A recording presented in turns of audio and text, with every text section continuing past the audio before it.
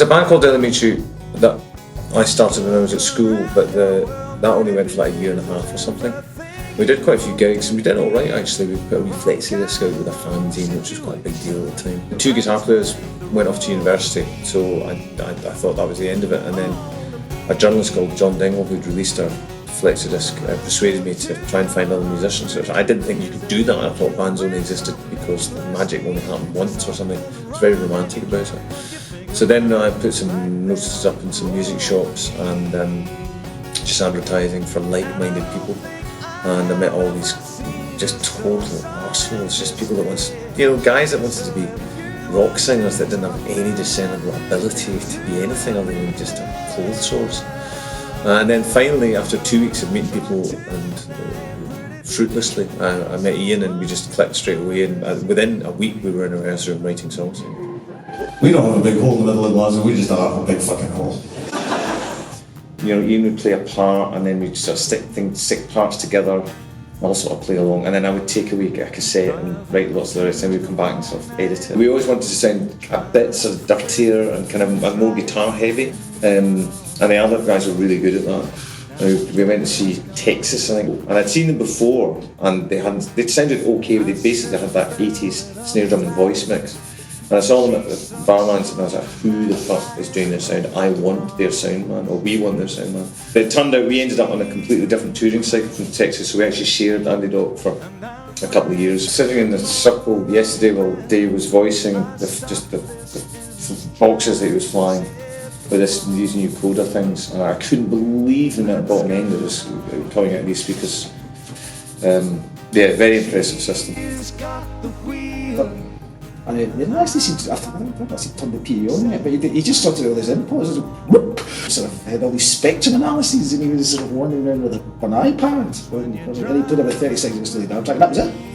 That was just, you used to go to venues with all this white noise and pink noise, and then the music would be like an hour while people wandered around, and it was like, nothing of that happened. That song didn't sound like anything else at all. But then you had to get into the top 40 to get any TV or anything. So our new manager came in and realised that the American side of A&M wanted to redesign the cover, because we designed the cover ourselves and the Americans didn't like it. Yeah. So John, our manager, thought, this would be quite a good opportunity to delete the UK album and re-release it after the next single, which meant all the record buyers had to buy the single if they wanted Nothing Happens to buy the album. So that's why it charted. We got to number 11, which is a massive thing for us. It was one of those tracks that then started, it kind of had a momentum. We would do these absurd gigs, and they were always free. And this one was on a beach, and they set up this shitty little stage facing down the length of this beach. And it was just people sunbathing, because the sun was sort of going down. And there's all these American stations, because they have call signs like WNP, blah, blah, they also have nicknames so people remember them. This one was called The Parrot, this radio station. And they had this little, little stage.